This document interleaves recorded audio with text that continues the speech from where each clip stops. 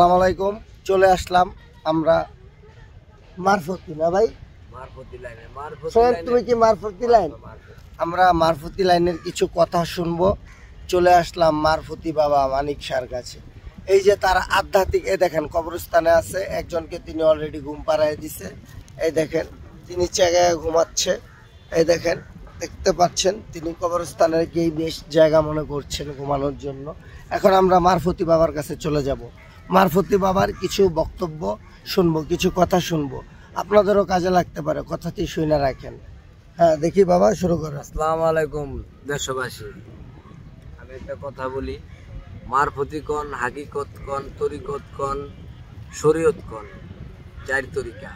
চার তরিকাই মানতে হবে এবং আল্লাহ রাসূলের তরিকাও মানতে হবে।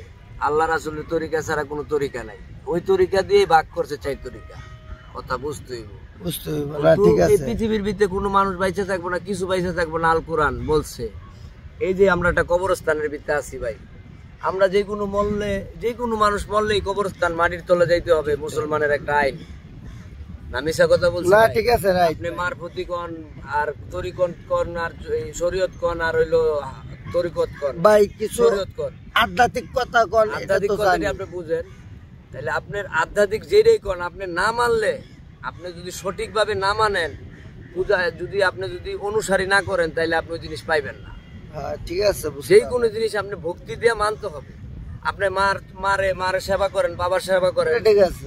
দুনিয়ার ভিতরে মা বাবা ছাড়া তার পৃথিবীতে কেউ আসে না। আছে আদম আলাইহিস সালাম আর হাওয়া, এই দুইজন আইছে আল্লাহর সৃষ্টির জগতে, আর সব আমরা মার জগৎ থেকে আইছি নাকি?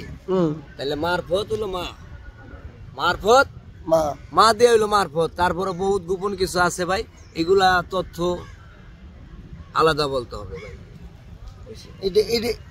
এটাই আপনার আধ্যাত্মিক কথা, বুঝছেন? কিছু 2-4 লাইন হিগে মারফতি বাবা একটা হিগায় দিয়া দেয়, পরে বুডুং বাডুং এটি কইতে থাকে আন্তাজ। এর চেয়ে মারফতি তো আমি বেশি কইতে পারবো। মাটির তিনাত নিচে কি আছে না আছে এটি আমি কয়ে দিতে পারবো।